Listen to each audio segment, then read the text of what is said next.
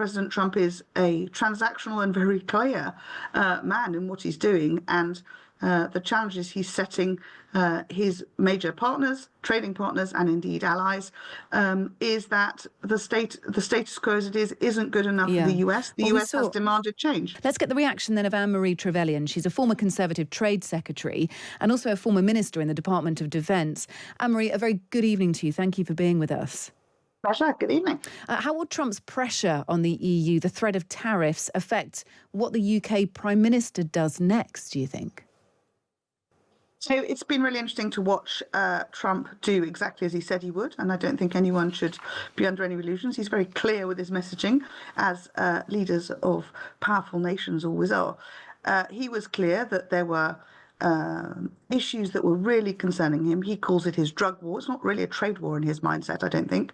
It's a drug war, and he's using tariffs asymmetrically, if you like, to try and get his neighbours, Mexico and Canada, with whom he has a trade deal at the moment where there is basically tariff-free trade, and indeed China, to get them all to work much harder to stop, in particular, the fentanyl, awful drug trafficking, and obviously on that southern border with Mexico, the influx of immigrants, which seems to be very much out of control. So he is using a tool which we normally think of as an economic tool, but he's using it effectively as a bargaining chip to try and force his neighbours to take more seriously those issues across the US border, which he considers and which he promised his voters he would deal with if he won the election. But in terms of the EU and the UK, I wonder if Keir Starmer's actually in a strong position here. A, he's more likely to strike a trade deal with Donald Trump, something Donald Trump has not ruled out.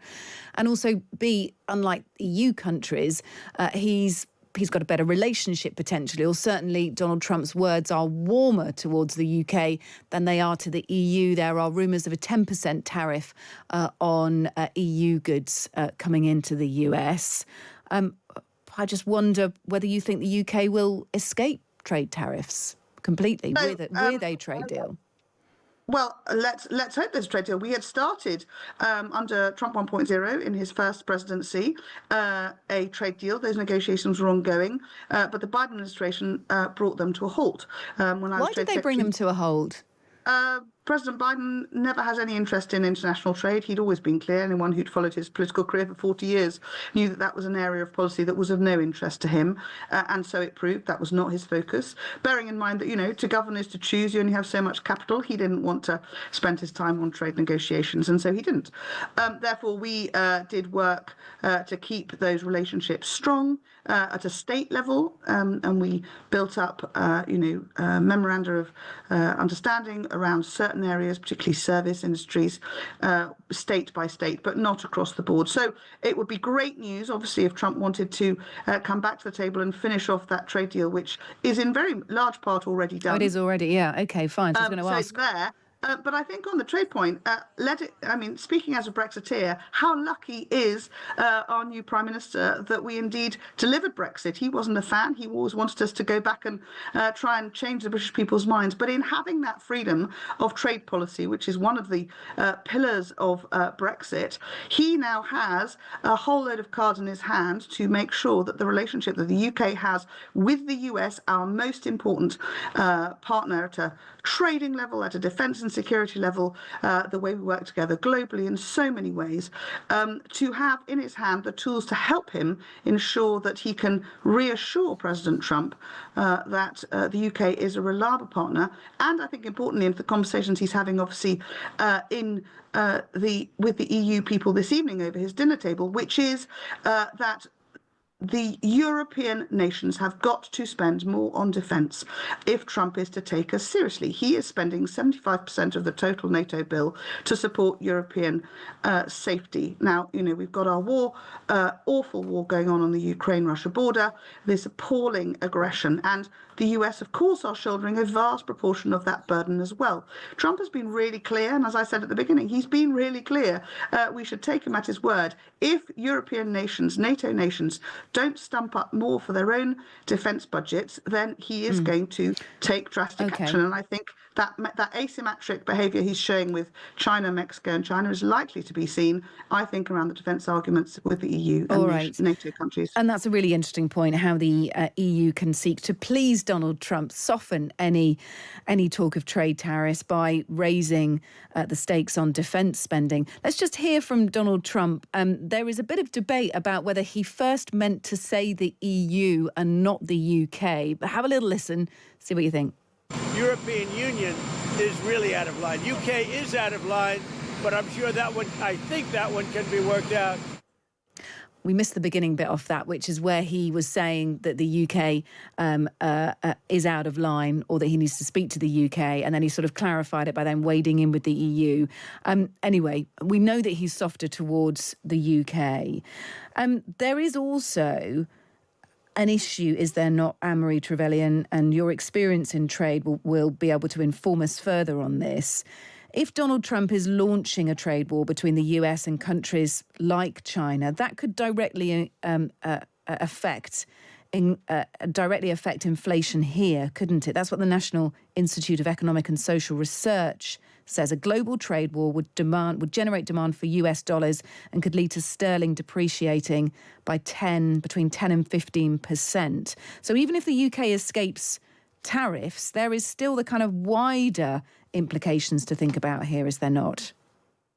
Absolutely. I mean, the reality is that if you bring in effectively more protectionist measures because you want to drive industry in your own country, which is part of President Trump's argument, he wants to see more resilience at home in the US and less dependency on other countries. And I think particularly for the EU, the car market, the automotive sector is going to be an issue there. If you do that, by definition, you're saying you're willing to make things cost more in order to get that resilience, that domestic resilience. That, of course, has an inflationary effect potentially. And as you say, because the dollar is the dollar, and the US is that anchor currency for the world, if it gets stronger, all our currencies do get weaker. So where we have dependencies, with dollar denominations and with the US, the impact is greater for all of us. So, of course, that stability in currency terms is really important as well. But I think President Trump is a transactional and very clear man in what he's doing. And the challenges he's setting his major partners, trading partners, and indeed allies, is that the status quo as it is isn't good enough for the US. The US has demanded change. Yeah, we saw today how the markets responded. Markets slumped, even at the very mention of import taxes for EU goods and beyond. What about the Lib Dems' suggestion, Anne Marie Trevelyan?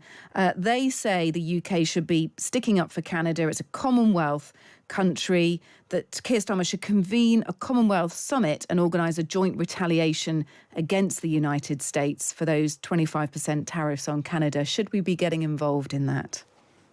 Why don't we let President Trump and Prime Minister Trudeau have their conversations first and see if they can reach an accommodation which works for everyone. We've seen with Mexico, the conversations were swift to understand that President Trump's challenge was around particularly those huge numbers of migrants, and that his view that Mexico wasn't doing enough to try and work south of the border. And in having a conversation that showed willing, he's held those tariffs off for a month whilst they can continue discussions. So I think we should let the US and Canada have conversations. Initially, it's between them. This is a US challenge to the status quo. But I think it's really important to bear in mind that, Trump's very clear, and it's MAGA, isn't it? Make America Great Again. It's about putting America first, those American people. He wants to change the dynamic in his own country, and we must work all together as allies, as trading partners, to understand what's important. I think one of the challenges, and it was always something I would say a lot as Trade Secretary, we talk about free trade, and that's really important, and that's where we say, as few barriers as possible. But actually what we really mean is free and fair trade. And where things get out of balance, where, for instance, heavy subsidies we see in China with some industries distorts markets, that isn't really free trade, because Okay. it isn't fair. So working towards that is where the conversation should be had with Commonwealth countries, with those countries that are more dependent. Absolutely right. But let's let President Trump and Anne his Marie neighbours Trevelyan, get to grips with it first. thank you. Point taken. We're going to have to move on for time, but thank you for being with us. Former Conservative Trade Secretary, also a former Minister in the Department of Defence, Anne Marie Trevelyan. Thank you.